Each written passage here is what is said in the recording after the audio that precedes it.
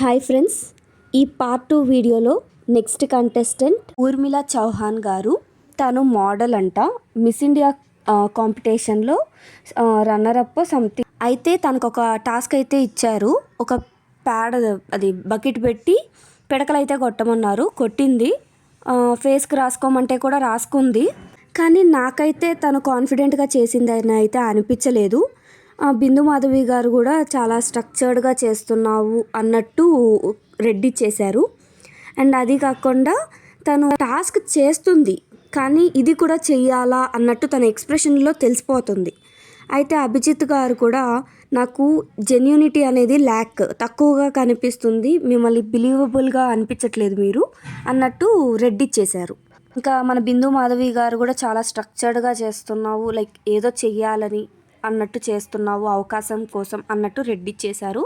ఇక నవదీప్ గారు బాగా చెప్పారు. అయితే తన ట్రాక్ రికార్డు చూసి తనకు ఒక గుర్తింపుగా గ్రీన్ ఇస్తున్నాను అన్నట్టు గ్రీన్ ఇచ్చారు. అయితే గ్రీన్ ఇచ్చి తనని హోల్డ్లో పెట్టేశారు.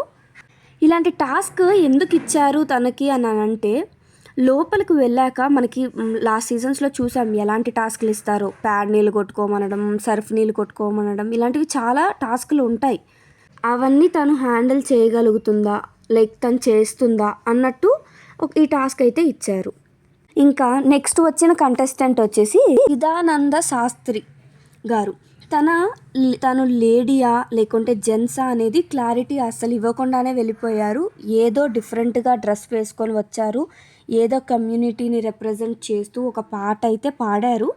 డ్రెస్ చేంజ్ చేసుకొని రమ్మనంటే జెంట్స్ డ్రెస్సే వేసుకొని వచ్చారు. ఒక క్లారిటీ అయితే ఇంతవరకు ఇవ్వలేదు. అయితే చాలా ఈ పాటను రిప్రజెంట్ చేయడానికి, ఇట్లా కమ్యూనిటీస్ రిప్రజెంట్ చేయడానికి అయితే చాలా ప్లాట్ఫామ్స్ ఉన్నాయి అనేసి అందరూ రెడ్డి చూపించేశారు. నెక్స్ట్ వచ్చిన కంటెస్టెంట్ నర్సయ్య తాత వచ్చారు. అయితే వచ్చినప్పుడు కాన్ఫిడెంట్గానే ఉన్నారు, కానీ రైతుల గురించి అయితే ఒక సాంగ్ పాడారు, అది కూడా బాగా పాడారు. అయితే ఈ పాటని జనాల్లోకి తీసుకొని వెళ్ళడానికే నేను బిగ్ బాస్ ప్లాట్ఫామ్ ఎంచుకున్నాను అని చెప్పారు. అయితే అలా చెప్తే అలా లోపలికి ఎందుకు తీసుకుంటారని అనుకున్నారో ఏమో, మరి పాపం తెలియదు అనుకుంటాను. అయితే ఈ పాటని జనాల్లోకి తీసుకువెళ్ళడానికి చాలా ప్లాట్ఫామ్స్ ఉన్నాయి, బిగ్ బాస్ ప్లాట్ఫామ్ అనేదే కాకుండా. సో కానీ స్ట్రెంగ్త్ అయితే ఉంది. ఎందుకంటే ఒక టాస్క్లో ఏదో పట్టుకొని వేలాడమంటే కూడా చాలాసేపే ఉన్నారు. కానీ పాటని జనాల్లోకి తీసుకొని వెళ్ళడానికే నేను బిగ్ బాస్కి వెళ్ళాలనుకుంటున్నాను అని చెప్పడంతో ఎవరికి అంత ఇన్స్పిరేషనల్గా అనిపించలేదు. సో అందరూ రెడ్డి చూపించేశారు అని ఆయనకి రెస్పెక్ట్ఫుల్గానే చెప్పారు. రెడ్డి కూడా ఆయనకి చెప్పి రెస్పెక్ట్ఫుల్గానే ఇచ్చారు. నెక్స్ట్ కంటెస్టెంట్ నెల్లూరు అమ్మాయి శ్రేయ. చాలా బాగా మాట్లాడుతుంది, తమిళ్ కూడా మాట్లాడుతుంది, చాలా ఇన్స్పిరేషనల్గా కూడా ఉంది. తనకి 19 years. తను చాలా ఇంట్రెస్టింగ్గా ఉంది. అయితే వాళ్ళ మదర్ కుక్ అంట, వాళ్ళ నాన్న అయితే టైలర్.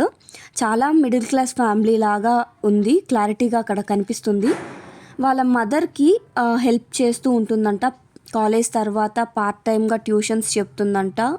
యూట్యూబ్ వీడియోస్ ఎడిట్ చేసుకుంటూ ఉంటుంది. అండ్ అప్పుడప్పుడు తమిళ్లో యాంకరింగ్ కూడా చేస్తుందంట, చెప్తుంది.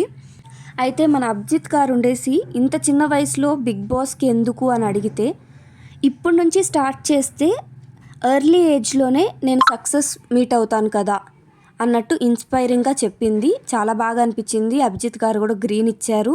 దీప్ గారు కూడా ఆ మాటలకి ఇన్స్పైర్ అయ్యి గ్రీన్ ఇచ్చారు. ఇంకా బిందు మాధవి గారు కూడా గ్రీనే ఇచ్చారు. అయితే ఈ క్యాండిడేట్ అయితే చాలా ఇంట్రెస్టింగ్గా ఉన్నారు, శ్రేయ గారు. నెక్స్ట్ వచ్చిన కంటెస్టెంట్ రవి, శ్రీకాకుళం. ఇతనైతే ఏం చేయలేదు, మాటలు కూడా అంతా స్క్రాప్లా ఉన్నాయి. అతనికి గ్రూప్ డిస్కషన్లో అమ్మాయి గ్రేటా అబ్బాయి గ్రేటా అంటే అబ్బాయే గ్రేట్ అంటూ భయంకరంగా వాదించాడంట. అయితే ఇక్కడ టాస్క్ వచ్చినప్పుడు శారీ కట్టుకొని హై హీల్స్ వేసుకొని అటు ఇటు నడవాలి అన్నది టాస్క్. అప్పుడు అమ్మాయి గ్రేట్ అని చెప్పు అంటే కూడా లేదు, చెప్పలేదు, అబ్బాయే గ్రేట్ అంటూ చెప్పాడంట. అయితే ఇంకా టాస్క్ కోసం చెప్పమంటే ఏదో స్ట్రెస్ చేసినట్టు అమ్మాయే గ్రేట్ అన్నట్టు చెప్పాడంట. దానికి బిందు మాధవి గారికి కాలి ఇంకా దొబ్బే అన్నట్టే అన్నారంట. అయితే నెక్స్ట్ కంటెస్టెంట్ వచ్చేసి శ్రీతేజ. అతను విజయవాడ నుంచి అనుకుంటాను. అయితే ఏదో పాట పాడాడు, అది కూడా పెద్దగా ఏమనిపించలేదు, ఇంకేం చేయలేదు.